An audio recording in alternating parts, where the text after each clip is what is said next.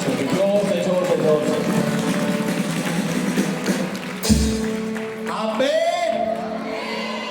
Thank you Jesus, hallelujah, thank you Lord.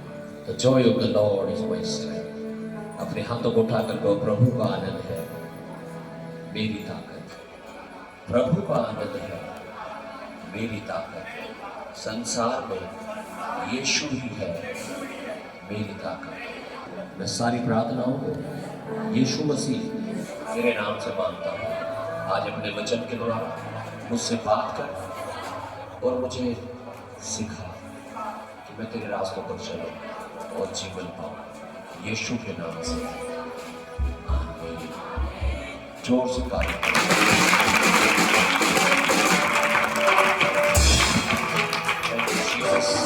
आप बैठ सकते हैं। खुदावंद की हजूरी में आप सभी का स्वागत है। पहले अनाउंसमेंट है, अपने हाथों को उठाकर कहो, सर्वशक्तिमान परमेश्वर, मैं तेरे पास आया हूं। मेरा विश्वास घोड़ों और रथों पर नहीं, सोने और चांदी पर नहीं, लेकिन तू जो सर्वशक्तिमान है तुझ पर है। आज मेरे मसलों को हल कर, मेरी समस्याओं का समाधान कर और मुझे अपनी आत्मा से भरकर गवाहियों के साथ खड़ा कर। तेरा वचन मेरे मार्ग के लिए दीपक और उजियाला है। धन्यवाद यीशु के नाम से। ये वचन जो मैं सुनूं, मैं 100 गुना फल ला सकूं। वो ये अंधकार की शक्तियां इन वचनों को छुड़ाने ना पाए, यीशु के नाम से आमीन। जोर से तारीफ करें।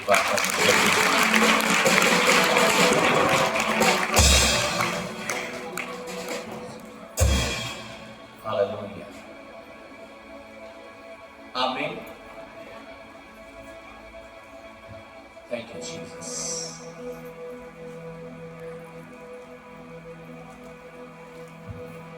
कितने लोगों का ऐसा अनुभव है कि चलो मैं बात शुरुआत करता हूं।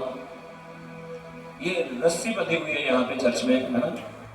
इधर जेंट साइड में रस्सी बंधी है, इमरजेंसी सेक्शन में, फिर लेडीज सेक्शन में रस्सियां बंधी हुई है। ये क्या दिखाती है हमें? इनसे आपको क्या पता लगता है, क्या है? हाँ जी,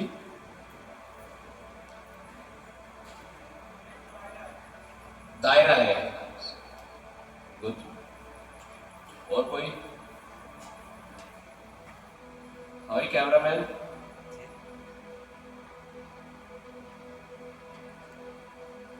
हालेलुया। क्या बनाया गया है? ये सीमाएं बनाई गई हैं आपके लिए, आपकी हद है ये। हालेलुया। आपके लिए एक नियम है ये, आपका दायरा है ये। हालेलुया। और जब हम परमेश्वर का वचन पढ़ते हैं, जब हम बाइबल पढ़ते हैं, तो बाइबल हमें दायरा सिखाती है, हमारी सीमाओं को बताती है, हमारी हदों को बताती है कि हम कहां तक सीमित हैं, क्या कर सकते हैं, क्या नहीं कर सकते। हालेलुया। जैसे ये सेक्शन आपको बताता है कि आपको कहां बैठना है। आमीन। Hallelujah, hallelujah. आज हम बात करेंगे ट्रेसपासेस, गुनाह। और जब हम ट्रेसपासेस जो शब्द है, इसका जब हम मीनिंग पढ़ते हैं, इसका मीनिंग है सीमा से आगे बढ़ जाना। What is the meaning of this? सीमा से, किसी का नाम तो नहीं सीमा यहां पे? हाँ, तो उस सीमा की बात नहीं हो रही भाई जिसका नाम है। Hallelujah, hallelujah. ये बात हो रही है हमारी हदों की कि हमारी हद कहां तक है। तो जब बात ट्रेसपासेस की होती है, गुनाहों की होती है, तो हम सीमा से आगे बढ़ जाते हैं। जहां तक हमें जाना चाहिए उससे आगे चले जाते हैं। और इसे क्या कहते हैं बाइबल के अनुसार? पाप। क्या कहते हैं इसे? एक गलत कदम हालेलुया। रास्ते से भटक जाना क्या होता है? ये क्या कहते हैं इसे? रास्ते से भटक जाना, सीमा से आगे बढ़ना, अपनी हदों को भूल जाना। तो ये सारी चीजें क्या लेके आती है हमारे लाइफ में? पाप। और पाप हमें परमेश्वर से अलग कर देता है।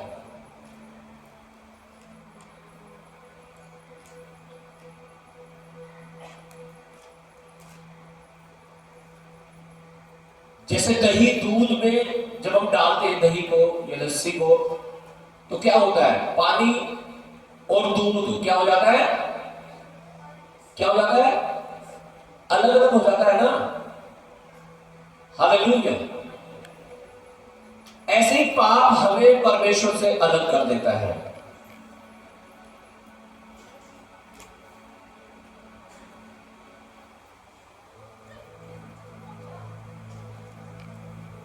हम जब अपनी हदों को भूल जाते हैं कि मुझे कहां तक बोलने के लिए सीमित हूं, मैं क्या बोल सकता हूं, मैं क्या सोच सकता हूं एक मसीह मुझ में, मैं क्या कर सकता हूं, क्या नहीं कर सकता।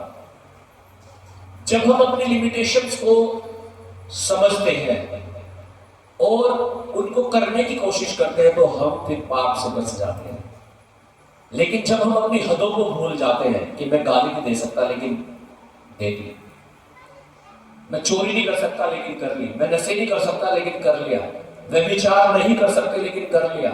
हदों को भूलना, हदों से आगे बढ़ जाना, सीमा से आगे बढ़ना, एक गलत कदम, रास्ते से भटक जाना, तो फिर पाप हो जाता है। और पाप हमें परमेश्वर से अलग करता है। जब हम परमेश्वर के वचन को पढ़ते हैं, उत्पत्ति की किताब 1 अध्याय 3 अध्याय में, हालेलुया, उत्पत्ति की पुस्तक जो है उसका 3 अध्याय को जब हम पढ़ते हैं, वहां पे पढ़ते हैं कि आदम और हव्वा को एक आज्ञा परमेश्वर ने दी कि तुम्हें भले बुरे के ज्ञान के वृक्ष का फल नहीं खाना है। और उन्होंने शैतान के बहकावे में आकर वो फल खा लिया, अपनी हदों से आगे बढ़ गए, अपने रास्ते से भटक गए, एक गलत कदम उन्होंने उठा लिया जिसे पाप कहते हैं। और बाइबल में लिखा है परमेश्वर ने उन्हें अदन की वाटिका से निकाल दिया। वो परमेश्वर जो रोज उन लोगों के साथ संगति करता था, जो रोज अदन की वाटिका में आकर आदम को पुकारता था और कहता था आदम तू कहां है, वही परमेश्वर ने जब उन्होंने अपनी सीमाओं से आगे बढ़ने का फैसला किया, जब उन्होंने एक गलत कदम उठा लिया, जो वो अपने रास्ते से भटक गए, जब उन्होंने पाप कर दिया, तो उसी परमेश्वर ने उन्हें अदन की वाटिका से निकाल दिया और आदम और हव्वा परमेश्वर से अलग हो गए। आज भी यही होता है, आज भी यही होता है जब हम अपनी हदों को भूल जाते हैं। हालेलुया। कि स्कूल में गए थे पढ़ने के लिए, किसके लिए गए थे? पढ़ने के लिए, लेकिन पढ़ाई तो की नहीं, वहां पे कुछ और ही कर लिया। Hallelujah, hallelujah. हाँ, कुछ और मतलब है? हालेलुया। स्कूल में गए किसके लिए? पढ़ने के लिए। हालेलुया। लेकिन वहां जाके ऐसा लग रहा है आपको स्कूल में कि आप स्वयंवर पे आए। कहां है? कहां है स्वयंवर? स्वयंवर किसे कहते हैं? अचानक से आया किसे कहते हैं भाई? है? पत्नी चुनना है, पति चुनना। हाँ, हालेलुया, क्या बात है।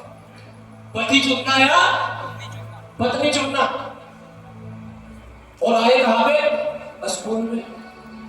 क्या करने के लिए? पढ़ने के लिए, शिक्षा पाने के लिए कि कामयाब हो जाए, सरकारी नौकरी मिल जाए, कोई सी तो मिल जाए। लेकिन वहां सोच रहे छोकरा मिल जाए या छोकरी, नौकरी तो कोई बात नहीं। कुछ लोग तो चर्च में भी इसलिए आ रहे हैं, कह रहे कोई अच्छा सा मिल जाए, कोई अच्छी से मिल जाए, शादी हो जाए।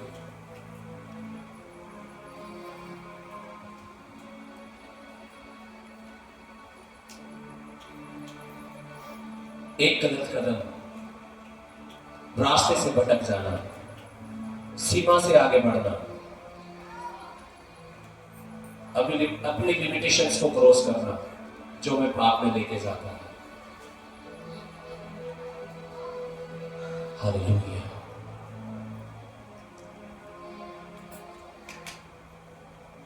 हम भूल जाते हैं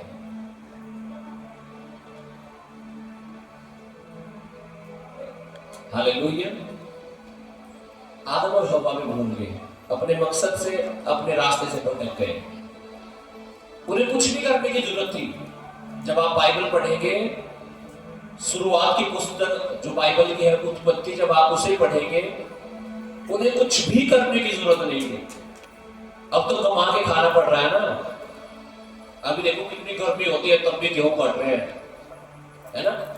कितनी ठंडी हो जाए तब भी काम, कंपनी में जाना, कुछ लोग तो पानी में काम करते हैं रात को भी। Hallelujah hallelujah. कुछ लोग गर्मी में भी आग की भट्टी के पास काम करते हैं। आप सोचो इतना परिश्रम करना पड़ता है। जब आदम और हव्वा को परमेश्वर ने बनाया, उन्हें कोई परिश्रम करना नहीं पड़ रहा था।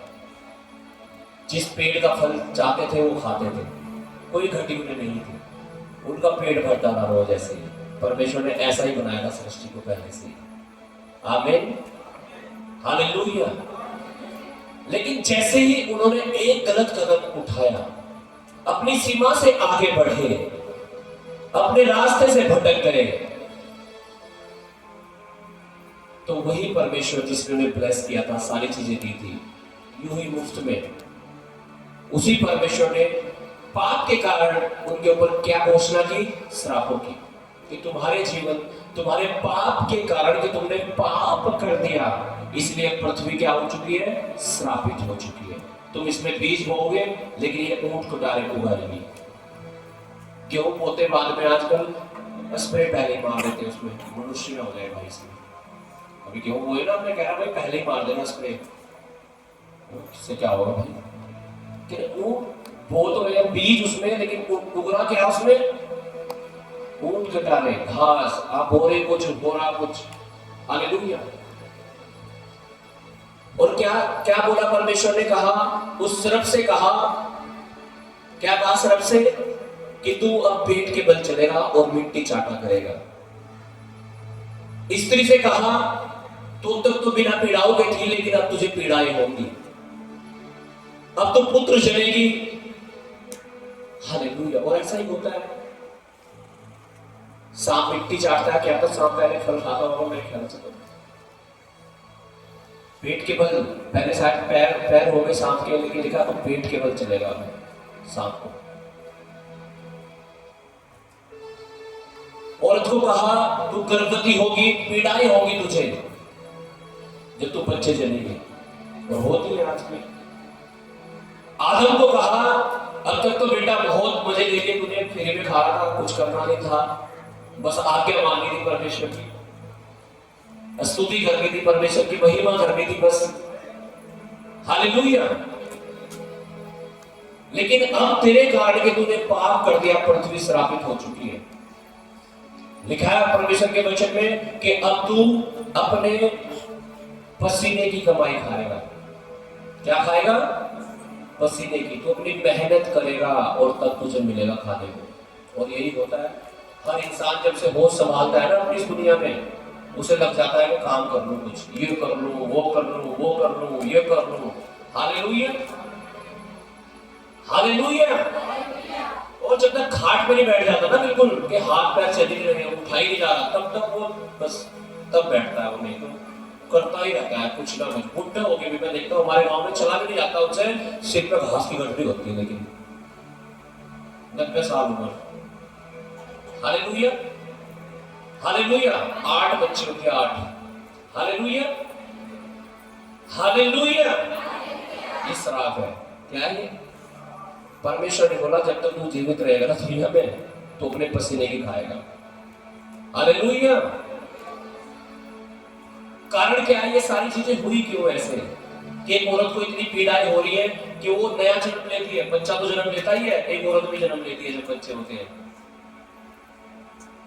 एक पाप के कारण, अपने रास्ते से भटकने के कारण। जब हम अपने रास्ते से भटक जाते हैं एक गलत कदम हम उठा लेते हैं, अपनी सीमाओं को लांघ जाते हैं, तब गड़बड़ी होती है हमारी लाइफ में। कि स्कूल में आए तो थे पढ़ने के लिए, लेकिन कुछ और ही कर लिया। आप नरक की ओर जा रहे हो, आप अपनी सीमाओं को पार कर रहे हो। आमीन।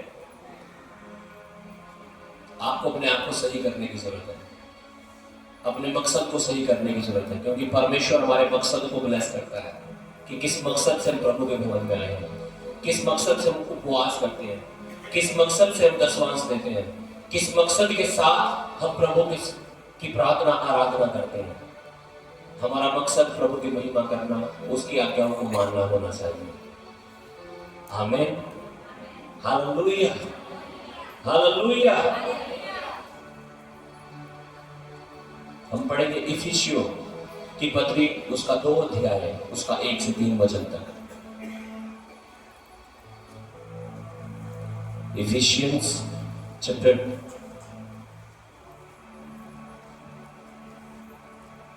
2 वर्स 1 to 3। जी। उसने तुम्हें भी जिलाया, उसने तुम्हें भी जिलाया, जो अपने अपराधों और पापों के कारण मरे हुए थे, जो अपने अपराधों और पापों के कारण क्या थे। तो उसका मतलब जब आदम और हव्वा ने पाप कर दिया था, तो वो आत्मिक रूप से क्या हो गए थे, मर गए थे। क्या हो गए थे, मर गए थे। हालेलुया। इसीलिए मसीह में आने से पहले हमारी आंखें बंद होती है। हालेलुया। और जैसे हम प्रभु में आते हैं, हमारी आंखें खुल जाती है और हमें मालूम होता है, अच्छा झूठ बोलना पाप है, और चोरी नहीं कर सकते अब हम घूर भी नहीं सकते किसी को, मतलब गलत नजर से देख नहीं सकते। हालेलुया। अब हम चोरी नहीं कर सकते, व्यभिचार नहीं कर सकते। नहीं तो दुनिया की नजर से तो मौज मस्ती है, लड़की बाजी करना, व्यभिचार करना, वेश्याओं के पास आना तो मौज मस्ती बताते हैं लोग, नशे करने को। हालेलुया। लेकिन बाइबल में जब हम बात करते हैं, जब हमारी आत्मिक आंखें खुल जाती है, तो हमें मालूम होता है तो पाप है। Hallelujah, hallelujah. देखिए, उसने तुम्हें भी जिलाया, जो आत्मिक रूप से मरे हुए थे। जब हम प्रभु के पास आते हैं तो हमें जिलाता है परमेश्वर, जो अपने अपराधों और पापों के कारण मरे हुए थे। कैसे मरे हुए थे हम? अपने अपराधों और पापों के कारण। Hallelujah, hallelujah. जिनमें तुम पहले इस संसार की रीति पर और आकाश के अधिकार के हाकिम अर्थात उस आत्मा के अनुसार चलते थे, जो अब भी आज्ञा न मानने वालों में कार्य करता है। सुनो ध्यान से, लिखा है जिनमें तुम पहले इस संसार की रीति पर चलते थे। संसार की रीति मतलब सारे पी रहे, हमारे गांव में मैं भी पी रहा, क्या हो गया? Hallelujah, hallelujah. सारे लड़के कर रहे हैं, ऐसे मैंने भी कर लिया, सारी लड़कियां कर रही है, मैंने भी कर लिया, संसार की रीति के अनुसार। हालेलुया। और आकाश के अधिकार के हाकिम यानी शैतान। हालेलुया। अर्थात उस आत्मा के अनुसार चलते थे, जो अब भी आज्ञा ना मानने वालों में कार्य करता है। इसका मतलब अगर आप चर्च में आते हैं, आपने बपतिस्मा ले लिया, आप संगति में आते हैं, दशमांश देते हैं और आज्ञाओं को नहीं मानते, तो समझ लो अभी भी कौन है आपका हाकिम, कौन है आपका उस्ताद। उस्ताद पर कैसा बोल दिया, सही लगा? स्वामी कौन बना रखा आपने अपना मालिक? कौन? शैतान। क्योंकि वो किस में काम करता है? आज्ञा ना मानने वालों में। किस में काम करता है? आज्ञा न मानने वालों में। Hallelujah, hallelujah. तो अगर हम मसीह में हैं और उसके बाद में आज्ञा ही नहीं मानते, आज्ञाएं क्या है? यीशु मसीह ने सारी आज्ञाओं को 2 आज्ञाओं में मिला दिया। हालेलुया। और कहा अगर तुमने ये 2 आज्ञाएं मान ली तो समझ लो तुमने सारी आज्ञाएं मान ली। और कौन कौन सी है वो आज्ञाएं? पहली आज्ञा, तो अपने प्रभु, अपने परमेश्वर से अपनी पूरी आत्मा, अपने पूरे मन, अपने पूरे शरीर के साथ तन मन धन से, जिसे कहते हैं प्रेम रखना। पूरी आत्मा से। हालेलुया। दूसरी आज्ञा, तू अपने पड़ोसी से अपने समान प्रेम रखना। तू अपने पड़ोसी से अपने समान प्रेम रखना। हालेलुया। आज्ञा है। और हम दुश्मन बना के बैठे अपने मन में, है ना? हालेलुया। ये मेरा दुश्मन है, ये मेरी दुश्मन है। किसी की बहू दुश्मन होती है, किसी की सास।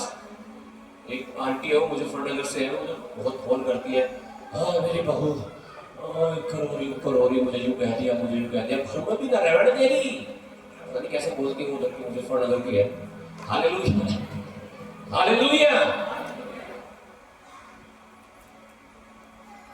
मेरी दुश्मन है, क्यों मेरी मारना चाह गया मुझे। हालेलुया। जबकि बाइबल कहती है अपने शत्रुओं से क्या करो? प्रेम करो। अपने सताने वालों के लिए प्रार्थना करो। बुराई के बदले बुराई मत करो, लेकिन बुराई को भलाई करके जीत लो। आमीन। हालेलुया। हालेलुया।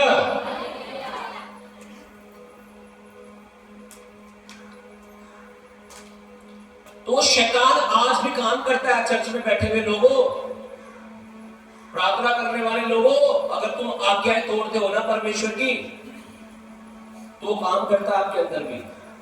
कि बाइबल में तो लिखा हुआ, तो अपने माता और पिता की क्या करना? क्या करना? आदर करना। और हम आदर नहीं कर रहे। हालेलुया। टूट रहा है वचन भैया। वो कह रहा 10 मास देना, हम दे नहीं रहे। टूट रहा है वचन भाई। हालेलुया। और कौन काम करता है कि वचन टूटता है? आकाश के अधिकार के हाकिम अर्थात उस आत्मा के अनुसार चलते थे जो अब भी आज्ञा न मानने वालों में कार्य करता है। अगर आप आज्ञा नहीं मानते परमेश्वर की, तो आपको समझना है कौन सी आत्मा काम कर रही है आपके अंदर। और इसलिए तो बहुत सारे लोग दुखी हैं, कहते हैं मैं चर्च में भी गया था, मैं चर्च में भी जा रही, पता नहीं क्या हो रहा मेरे साथ, तो यूं हो रहा, वो हो रहा है। भैया देख तुम अपने आप को, चेक तो कर लो अपनी लाइफ को कि क्या चल रहा है तुम्हारी लाइफ में। वो शैतान क्या कर रहा है, जिसका हेड ऑफिस का है आकाश में, बताया गया है, अभी लिखा है ना, आकाश के अधिकार के हाकिम। हालेलुया। कारण कैसे काम? आकाश में, कोई ठिकाना नहीं है उसका। हालेलुया। कहाँ रहता है? आकाश में रहता है। हालेलुया। कहते हैं ना गांव में, पता नहीं आपको, अगर किसी को भूत सिमट गया ना गांव में, तो क्या कहते हैं लोग? ओपरी हवा का असर हो गया इसके ऊपर। कौन सी हवा का? कौन सी? ओपरी हवा। ओपरी का मतलब क्या होता है? जो ऊपर रहती है। हालेलुया। तो बाइबल कहती है उसका हेड ऑफिस कहाँ है? आकाश में। और उसके अनुसार चलते हैं वो लोग, कौन? जो आज्ञा नहीं मानते प्रभु की। जैसे आदम और हव्वा को उसने बहका दिया था, अनाज्ञाकारी कर दिया था उनको। हालेलुया। वो आज आपको भी भटकाना चाहता है, आपको भी नाश करना चाहता है, आपको भी बर्बाद करना चाहता है। हालेलुया। तीसरा वचन पढ़िएगा।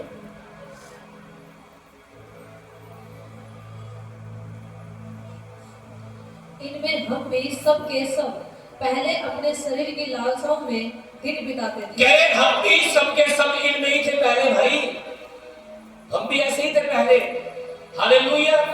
लेकिन जब हम मसीह में आ गए हैं और प्रभु का वचन अब हमारे पास है, तो हम ऐसे नहीं हो सकते। आप सोचो, अगर आपके पास लाइट है, हाँ जी, आपके पास टॉर्च है, तो आप अंधेरे में चलोगे क्या?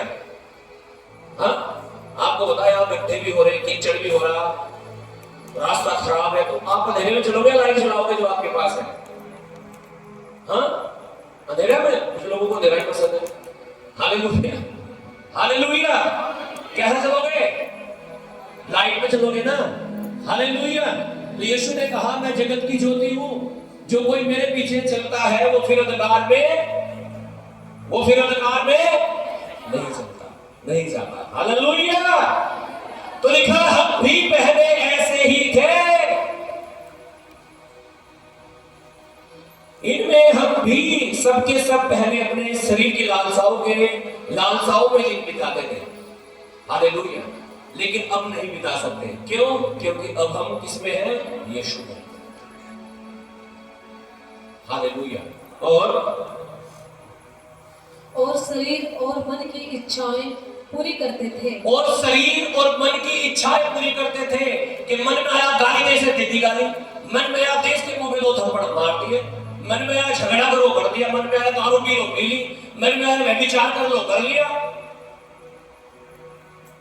तो जो शरीर कहता था, जो मन कहता था प्रभु में आने से पहले, हम तो वही कर रहे थे भाई, जैसे सारी दुनिया कर रही है आज, कि जो मन में आ रहा वो कर रहे हैं, है ना? कहते हैं ना लोग दुनिया में कि सुनो सबकी करो अपने, लेकिन यीशु नहीं कहता भाई, ध्यान से सुन लेना। हाँ, हालेलुया, हालेलुया। यीशु मसीह तो कहता है सुन लो सबकी, लेकिन करो जो मैं कहता हूं। आमीन, हालेलुया। कह रहा शरीर की लालसाओं में दिन बिताते थे और शरीर और मन की इच्छाएं पूरी करते थे और अन्य लोगों के समान स्वभाव ही से क्रोध की संतान थे। कैसे थे? क्रोध की संतान। आज तो लोग बुरा बुरा भला भला सब कुछ कहते हैं हमें, कहते हैं तो खून पी रहे, तो गाय खा रहे, पता नहीं क्या क्या इल्जाम लगाते हैं हम लोग।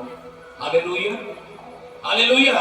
लेकिन अब क्रोध की संतान हम नहीं है, अब हम गुस्सा नहीं कर सकते हैं, क्योंकि अब हम मसीह के लोग हैं। अब उसने सिखाया है, कोई तेरे गाल पर थप्पड़ मारे तो दूसरा भी उसकी ओर फेर दो। हालेलुया। अब उसने कहा शत्रुओं से प्रेम करो। हालेलुया। तो हमें उसने कहा बुराई के बदले बुराई ना करो, बुराई को भलाई करके जीत लो। अब हम परमेश्वर के बच्चे हैं। पहले क्रोध होता था, अब नहीं होता। Hallelujah, hallelujah. वचन और हम पढ़ेंगे इफिसियों 4:11 से 15 तक हम पढ़ेंगे, यही 4 अध्याय 11 से 15। उसने कुछ को प्रेरित नियुक्त करके और कुछ को भविष्यद्वक्ता नियुक्त करके और कुछ को सुसमाचार सुनाने वाले नियुक्त करके और कुछ को रखवाले और उपदेश नियुक्त करके दे दिया। पहले क्या थे?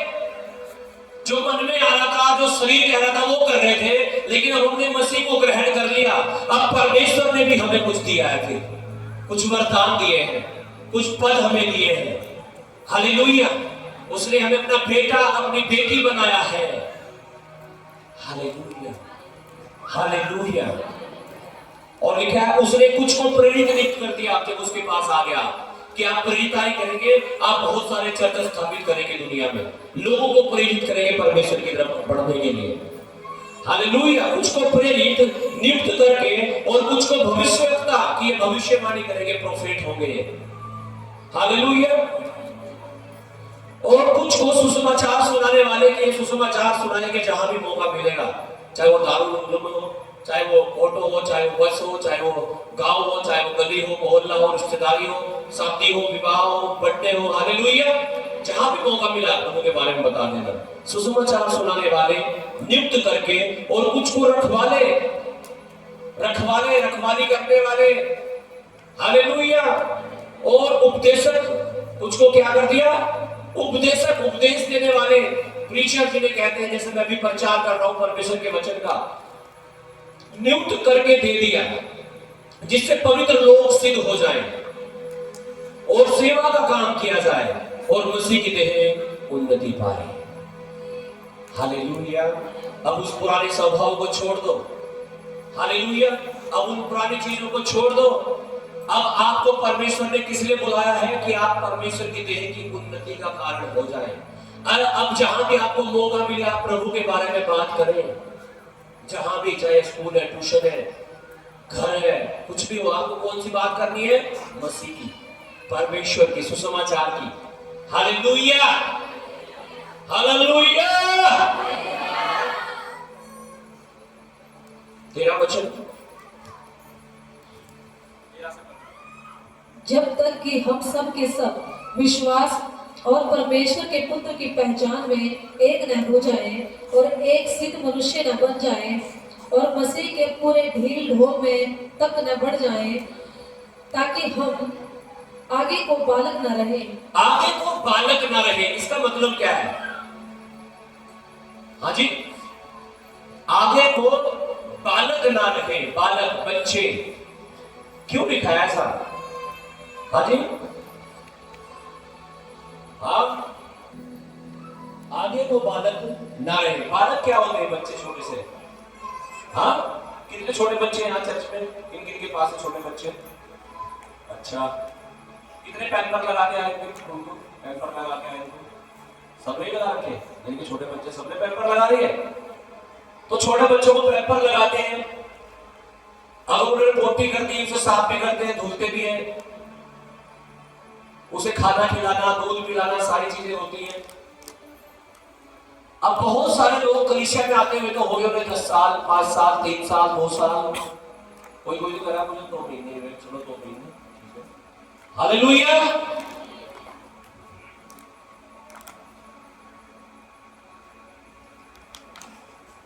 लेकिन अभी भी 10 साल हो गए प्रभु में, 5 साल हो गए प्रभु में, अभी भी क्या लगाने की जरूरत है उन्हें? क्या लगाने की जरूरत है उन्हें? डायपर। कितने साल के हो गए? कितने? 16 साल, 17 साल के हो गए, फिर भी डायपर लगा रहे। डायपर क्यों लगाया आपने बच्चों को? हाँ, गंदा ना करते, है ना, गंदगी से बचने के लिए, है ना। अब आप सोचो, आपका बच्चा 17 साल का हो गया, 10 साल का हो गया, 5 साल का हो गया, चलो आप अब भी डायपर लगा रहे हो उसे। क्या लगा रहे हो? डायपर। और उसने पोटी कर दी और पूरा गंदा हो गया, वो आपके पास आ रहा है, कह रहा मम्मी देखियो, साफ करियो। और उम्र कितनी आपकी? 17 साल, 16 साल, 12 साल, 10 साल। Hallelujah, hallelujah. और क्या लगा? डायपर। और गंदा करके कहा जा रहे हैं मम्मी के पास, मम्मी से साफ करियो जरा। तो ये अच्छी बात है, गलत बात है? ये इज्जत हो रही है आपकी, तारीफ हो रही है, आप क्या हो रहा है? हाँ, बेइज्जती हो रही है, इज्जत हो रही है? हाँ, हालेलुया।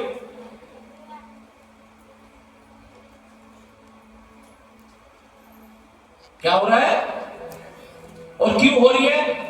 क्योंकि अब आप बड़े हो चुके हो, आपको डायपर की जरूरत नहीं है, अब आप खुद कर सकते हो। आमीन।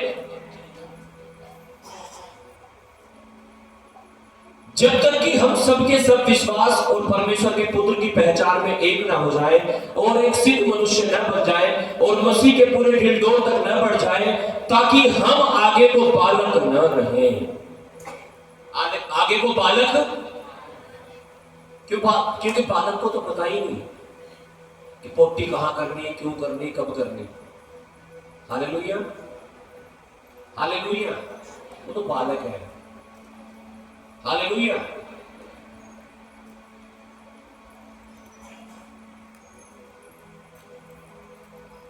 लेकिन हम कैसे हैं? हाँ, आप सोचो, आप बड़े हो गए, आप अपनी मम्मी के पास जा रहे थे, भी रोज रोज डायपर लेके, मम्मी देखो ये हो गया। हाँ, तो उम्र भले ही आपकी 20 साल होगी हो। हालेलुया। लेकिन दिमाग आपके अंदर कौन सा है? बच्चों का। हालेलुया। ऐसे ही परमेश्वर के पास आते हैं, इसलिए तो बालक बता रहा है परमेश्वर। क्या चलो भाई, जब तुम नए नए आए ना, चलो 6 महीने हो गए तुम्हें, 1 साल हो गया तुम्हें, 2 साल हो गए प्रभु में चलते चलते, 3 साल हो गए, चलो हालेलुया। लेकिन अब तो तुम बालक नहीं हो, बच्चे तो भाई गंदे करने आ रहे हैं, तुम तो बड़े हो गए अब। हालेलुया। मतलब गंदे करने का मतलब अर्थात कि अब हमें गलतियां नहीं करनी है, कि गलतियों को दोहरा रहे हैं रोज रोज। हालेलुया। गलतियों को दोहराना, व्यभिचार, चलो हो गया था आपसे, प्रभु ने आपको क्षमा किया, आपने लहू से धोकर शुद्ध पवित्र कर दिया, लेकिन फिर व्यभिचार, नशा, फिर नशा। आजकल तो प्यार भी बहुत हो रहा है, प्यार, चलो एक बार माफ कर दिया प्रभु ने, फिर प्यार। हालेलुया। प्यार भी ये व्यभिचार है। हालेलुया। क्या ये प्यार करना तो परमेश्वर से करो, यीशु से करो। आमीन। अपने माँ बाप से करो। हालेलुया। पति और पत्नी के पाप परमेश्वर दे देगा टाइम आने पे। Hallelujah, hallelujah, hallelujah. परमेश्वर चाहता कि मांगे को बालक ना रहे, कि रोज रोज प्रभु के पास गलती करके आ रहे, मेरे झूठ बोल दिया, मैंने चोरी कर ली प्रभु, मेरे से नशा हो गया प्रभु, मुझे माफ कर दो। रोज रोज रोज आप सोचो 15-20 साल का बच्चा अगर मम्मी के पास रोज जा रहा, डायपर लेके, पैंट गंदी होगी, ये गंदा होगा, धो दो धो दो धो दो, कितनी बेइज्जती की बात है। हालेलुया। कितने शर्म की बात है। Hallelujah, hallelujah, hallelujah. तुम रोज गलतियां नहीं कर सकते मसीह में होके।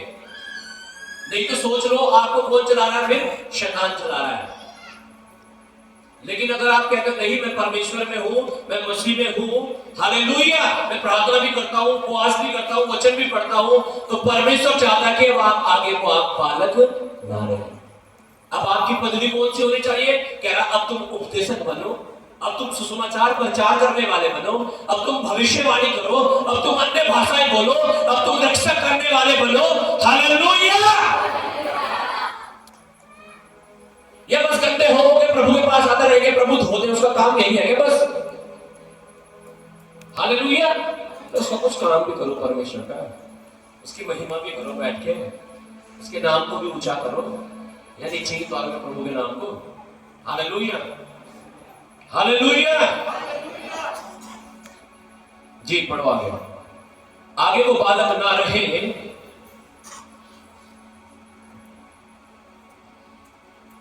जो मनुष्यों की ठग विद्या और चतुराई से, उनके भ्रम की युक्तियों के और उपदेश के हर एक झोंके से उछाले और इधर उधर घुमाए जाते हैं। क्या किए जाते हैं? भ्रम की युक्तियों के द्वारा उपदेश के हर एक झोंके से उछाले और इधर उधर घुमाए जाते हैं। जैसे हवा में पेड़ देख रहे ना, आप कभी इधर जा रहा, आप कभी इधर, ऐसे ही हो रही कुछ लोगों के जीवन। हालेलुया। और वरन प्रेम में सच्चाई से चलते हुए सब बातों में उसमें जो सिर है अर्थात मसीह में बढ़ते जाएं। आमीन। कह रहा उसमें जो सिर है यानी मसीह है, उसमें बढ़ते जाओ मेरे भाइयों मेरी बहनों, उसमें बढ़ो, उसमें बढ़ो, उसमें बढ़ो और जड़ पकड़ो और इतने मजबूत हो जाओ कि शैतान ने उसका पाप भी आ जाए, तुम्हारा पाल भी बांका ना हो। कितनी बड़ी परीक्षा आ जाए। आप सोचो यूसुफ के जीवन में जब परीक्षा आई, यूसुफ देखो आप, यूसुफ एक बंधुआ मजदूर, एक ऐसा इंसान जो बेच दिया गया था पैसों में, और एक दूसरे देश में जाकर एक घर में नौकर है, और उसकी मालकिन उसे कह रही है मेरे साथ सो जा, मेरे साथ व्यभिचार कर ले। इतना मजबूत था, इतना स्थिर था कि व्यभिचार नहीं किया, जेल में चला गया। इतने मजबूत हो जाओ, इतने ताकतवर कर लो अपने आप को, इतना मजबूत कर लो अपने आप को मसीह में। हालेलुया। कि कितने बड़े बड़े ऑफर क्यों ना जाए आपके पास व्यभिचार करने के, पाप करने के, तब भी आप उसे नो कह सको नहीं। हालेलुया। और फिर देखो ब्लेसिंग कैसे खुलेगी स्वर्ग से। फिर देखो तुम्हारा पिता परमेश्वर प्रभु यीशु कैसे आपके साथ खड़ा होता है। हालेलुया। फिर देखो हर मुश्किल में आपके लिए रास्ता खुलता है, हर असंभव बात आपके लिए संभव होगी। हालेलुया। हर बरकत आशीष हेवन मैं कह रहा हूं स्वर्ग खुल जाएगा आपके लिए और आपके जीवन में आ जाएगी। आमीन। लेकिन अगर हम निराश कर रहे हैं परमेश्वर को, बार बार परमेश्वर तो मौका लिए जा रहा है, अवसर दे रहा है, लेकिन हम निराश करते जा रहे हैं। Hallelujah, hallelujah. तो फिर आप निराशा ही पाओगे। क्या जो तुम बोते हो वही तुम काटोगे। पहला यूहन्ना 3 उसका 4 वचन और हम पढ़ेंगे। 1 John chapter 3 verse 4।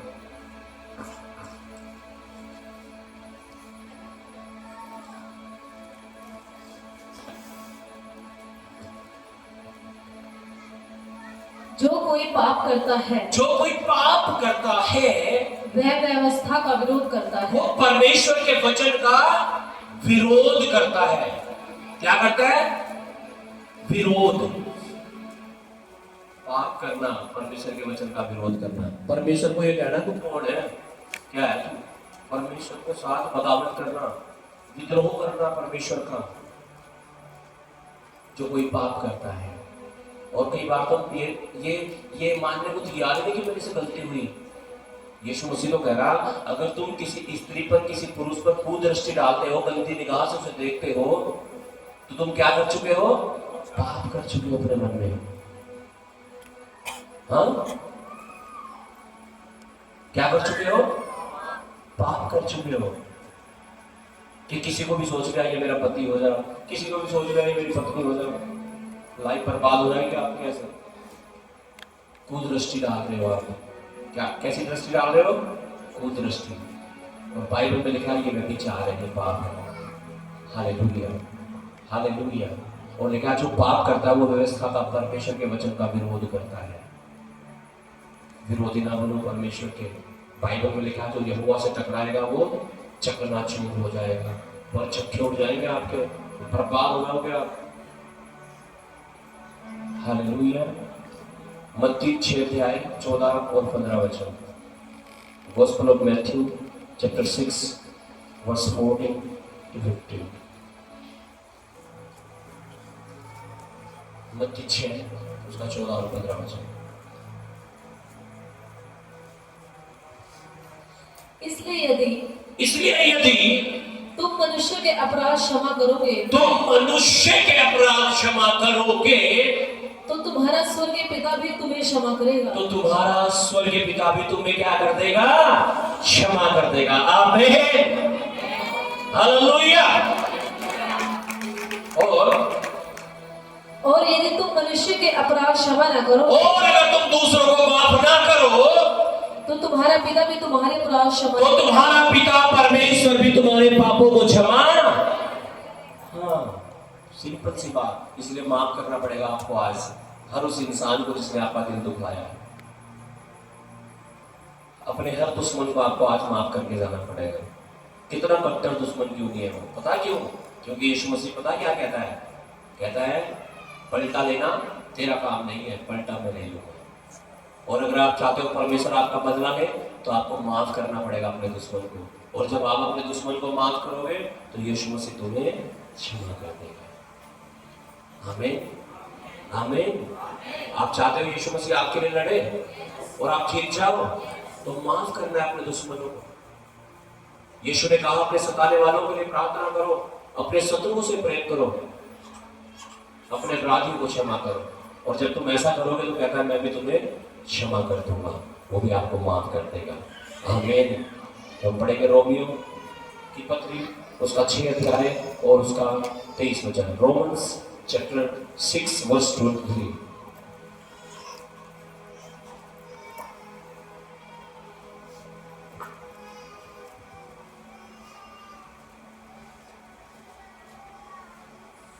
क्योंकि पाप की मजदूरी तो मृत्यु है, परंतु परमेश्वर का वरदान हमारे प्रभु मसीह यीशु में अनंत जीवन है। हालेलुया। लेकिन पाप की मजदूरी तो क्या है? मौत है। लेकिन हमारे लिए जब हम प्रभु यीशु मसीह में हैं, कह रहा तुम्हारे लिए क्या है? अनंत जीवन। अगर आप चाहते हो वो अनंत जीवन आपको मिले, वो अनंत आशीष से आपको मिले, तो आपको यीशु को स्वीकार करना है अपनी लाइफ में। मैं एक दिन पहले भी प्रचार में बता रहा था आपको, यीशु मसीह में होना और यीशु मसीह हम में होना दोनों बातें डिफरेंट है। हम तो मसीह में हैं, कोई आप चर्च में बैठे हैं, इसमें कोई दो राय नहीं है, आप मसीह में हो इस समय जब आप बैठे हो चर्च में। आमीन।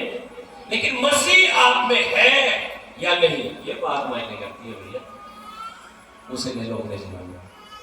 कई बार हम उसके बिना चलना चाहते हैं, पता क्यों? पाप के कारण। क्योंकि जब ज्योति होती है ना, तो फिर अंधेरे के काम नहीं होते, क्योंकि सब कुछ दिखता है। फिर ये पाप है, ये पवित्रता है, ये अच्छा है, ये बुरा है, यहाँ गड्ढा है, यहाँ मोड़ है, यहाँ सब कुछ दिखता है लाइट में। तो इसलिए हम लाइट को बाहर रखते हैं, फिर साइड में अंधेरे में कुछ दिखने का बढ़िया से लगा काम। Hallelujah, hallelujah.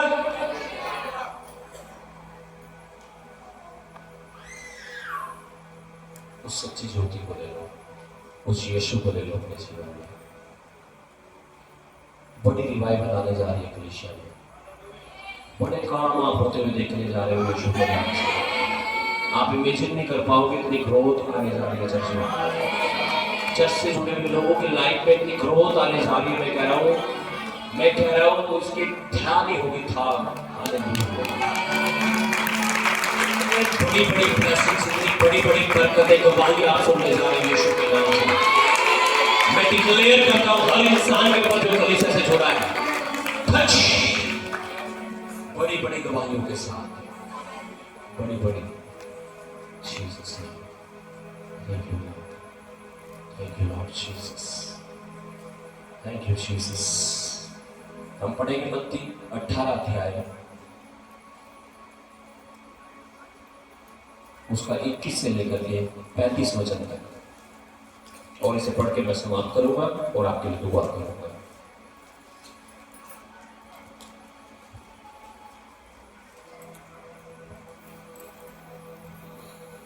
Gospel of Matthew chapter 18 verse 21 to 35। जी। तब पतरस ने पास आकर उससे कहा, हे प्रभु, यदि मेरा भाई अपराध करता रहे तो मैं कितनी बार उसे क्षमा करूं? क्या 7 बार तक? यीशु ने उससे कहा, मैं तुमसे यह नहीं कहता कि 7 बार तक, वरन 7 बार के 70 गुने तक। हालेलुया। हालेलुया। पतरस यीशु का चेला यीशु के पास आकर कहने लगा, हे प्रभु, मुझे बता मैं कितनी बार किसी को माफ कर सकता हूं? उसने कहा, पतरस कहने लगा, क्या 7 बार माफ कर दूं प्रभु?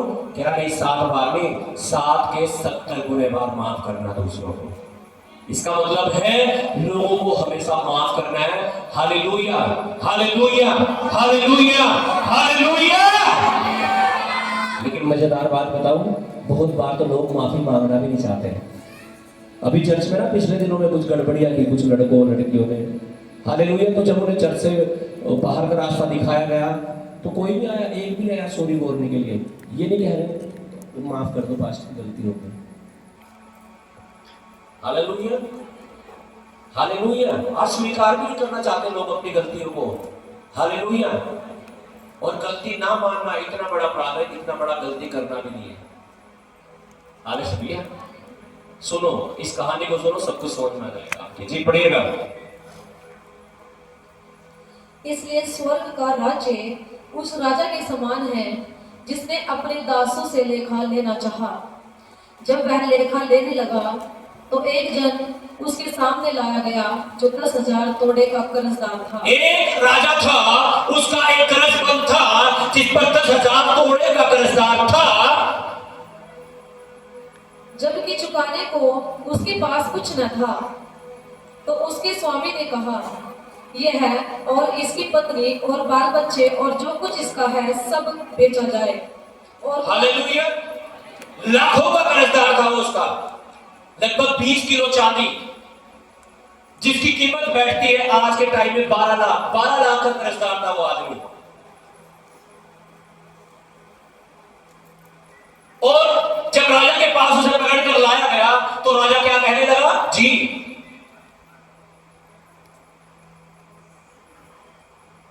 पढ़ो, जो पढ़ रहे वही पढ़ो, वही सुनिए। जबकि चुकाने को उसके पास कुछ न था, चुकाने को उसके पास एक पैसा भी नहीं है, तो उसके स्वामी ने कहा, यह और इसकी पत्नी और ये इसकी पत्नी, इसके बच्चे और जो कुछ इसका है सब बेचा जाए। सब बेच दो। हाँ? क्या कर दो? सब बेच दो, उसका जो भी है सब बेच दो। गाड़ी भी, कार भी, बंगला भी, बच्चे भी, पत्नी भी, इसे भी बेच दो, लेकिन मेरा पैसा दो है मुझे। सुनो आगे क्या हुआ। इस पर उस दास ने गिरकर उसे प्रणाम किया।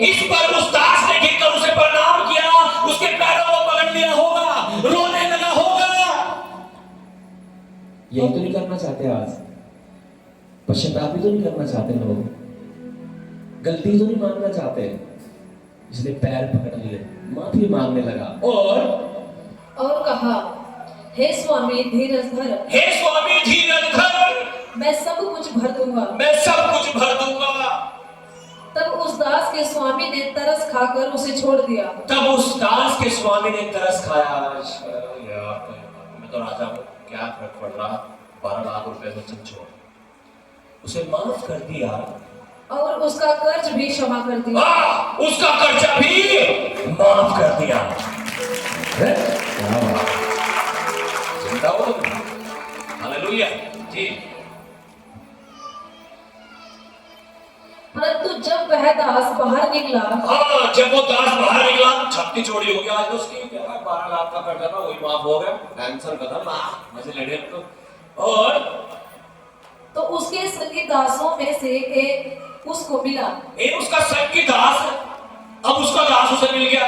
ये तो किसी का दास था, अब इसका भी कोई दास था, वो उसे मिल गया जो उसके 100 दिनार का कर्जदार था। जो उसके 100 दिनार का मतलब मान लीजिए हद की हद 50,000 रुपए, इसके 12 लाख माफ हुए मिलेंगे, और इसके किसी में कितने बैठ रहे हैं 50,000 मान लीजिए, हद की हद 3 महीने की तनख्वाह है। हालेलुया। 50,000 रुपए थे और उसने उसे पकड़कर उसका गला घोटा और उसे पकड़ा, उसका गला घोटा, इधर आ। और कहा जो कुछ तुझ पर कर्ज है जो तेरे ऊपर मेरा कर्जा है ना भर दे। उसे दे। गला घोटने लगा, सब पकड़ने लगा, कतई इतने का कितना इसके साथ भी नहीं हुआ था वहां जितना जो कर रहा था आपके, है ना। इसका गला थोड़ा ही घोटा था उन्होंने, यही तो डराई तो था, इसे बेच दो, उसकी पत्नी को बेच दो, है ना, इसके बच्चों को बेच दो, पूरा पैसा वसूल करो। और क्या हुआ, इस पर उसका सगी दास गिरकर उससे विनती करने लगा। उसका सगी दास गिरकर माफी मांगने लगा, उसके पैर पकड़कर कहने लगा धीरज धर, मैं सब भर दूंगा, मैं पूरा भर दूंगा। उसने न माना। उसने कहा अरे भाई अभी चारा, अभी होगा फैसला। और परंतु जाकर उसे बंदीगृह में डाल दिया। जाकर उसे कहां डाल दिया, बंदीगृह में। जो इसके साथ होने वाला था ना, ये तो बच गया माफी मांग के, लेकिन आपके नहीं किया उसने ऐसा, उसे जेल में डाल दिया। हाँ, और जब तक कर्ज भर न दे तब तक वही रहे। भाई देख, जब तक मेरा कर्जा नहीं भरने का ना, यही जेल में सड़िए, यही सड़। और उसके संगी दास यह जो हुआ था देखकर बहुत उदास हुआ। अब उसके संगी दास जो थे, अब उसके जो चेले थे, उसके जो नौकर थे, उन्होंने देखकर बड़ा दुख हुआ। और जाकर अपने स्वामी को पूरा हाल बता दिया। और वहीं चले गए जहां से उसने उसका कर्जा माफ हुआ था, उसी के पास चले गए और पूरा हाल बता देती, उसने तो ऐसा किया यहाँ से जाके। और तब उसके स्वामी ने उसको बुलाकर, तब राजा ने उसे बुलाकर उससे कहा हे दुष्ट दास, तूने जो मुझसे विनती की थी, मेरे पैर पकड़े थे, तो मैंने तेरा वह पूरा कर क्षमा कर दिया, पूरा कर्जा माफ कर दिया था। इसलिए जैसे मैंने तुझ पर दया की, भाई, वैसे ही क्या तुझे भी अपने संगी दास पर दया करनी नहीं चाहिए था? जैसे तेरे ऊपर दया हुई, क्या तुझे उसके ऊपर दया नहीं करनी थी भाई? हाँ, तुझे दया करनी चाहिए थी ना। तेरे 12 लाख माफ हुए तो आगे 1 लाख में 50,000 नहीं माफ कर पा रहा है। ये तो भूल जाते हैं हम अपनी लाइफ में कई बार कि प्रभु ने मेरे गुनाहों को माफ कर दिया। हम भी दूसरे के गुनाहों को माफ कर देते हैं। हम लेकिन दुश्मन बना के बैठे हुए हैं। हम अपने आप को बहुत पवित्र सोच रहे हैं, हम अपने आप को बहुत धर्मी सोच रहे हैं, मैं तो बहुत पवित्र, मैं क्या जब तेरे माफ हुए ना, तो भी माफ कर जा दूसरों को। और सुनो क्या हुआ। और उसके स्वामी ने क्रोध में आकर उसे दंड देने वालों के हाथ में सौंप दिया कि जब तक वह सब कर्ज भर न दे तब तक उनके हाथ में रहे। इसी प्रकार यदि तुम में से हर एक अपने भाई को मन से क्षमा न करे, अपने भाई को, अपनी सास को, अपनी बहू को, अपने पड़ोसी रिश्तेदारों को अपने मन से क्षमा न करेगा, तो मेरा पिता जो स्वर्ग में है, तो मेरा पिता यीशु मसीह कह रहा स्वर्ग में है, तुमसे भी वैसा ही करेगा। वो तुम्हें भी माफ नहीं करेगा फिर। इसलिए मेरे प्रियो, आज अपने दुश्मनों, अपने शत्रुओं को माफ करके जाओ यहाँ से। और जब आप उन्हें माफ करोगे ना, परमेश्वर तुम्हें माफ कर देगा, परमेश्वर तुम्हें क्षमा कर देगा। परमेश्वर ने जैसे ये उदाहरण देके यीशु ने बताया ना कि उसके 12 लाख माफ हुए, लेकिन फिर जेल में आके बेचारा, कारण क्या था? उसके तो माफ हो गए, वो दूसरों को माफ नहीं करना चाह रहा था। इसलिए तो यीशु ने जब प्रार्थना करना सिखाया कि उस रीति से प्रार्थना करना कि है हमारे पिता को जो स्वर्ग में है, तेरा राज्य है, आमीन, तेरी इच्छा जैसे स्वर्ग में पूरी होती है पृथ्वी पर भी हो। हमारे दिन भर की रोटी आज हमें दे, और जैसे हमने अपने अपराधों को क्षमा किया है, तो भी हमारे अपराधों को क्षमा कर। पहले क्या करना है? अपने अपराधियों को क्षमा करना है, तब परमेश्वर तुम्हें क्षमा करेगा। और जब तुम क्षमा हो जाओगे, माफ हो जाओगे, तुम कहाँ जुड़ जाओगे? परमेश्वर से जुड़ जाओगे, तुम सही रास्ते पर आ जाओगे। तुमने जो सीमा लांगी थी ना, तुम अपनी सीमाओं में आ जाओगे। जो बाड़ा तोड़ा था, तुम उस बाड़े में आ जाओगे, और तब आशीषें होंगी, तब बरकतें होंगी, तब जो तुम चाहो मांगो वो तुम्हारे लिए हो जाएगा।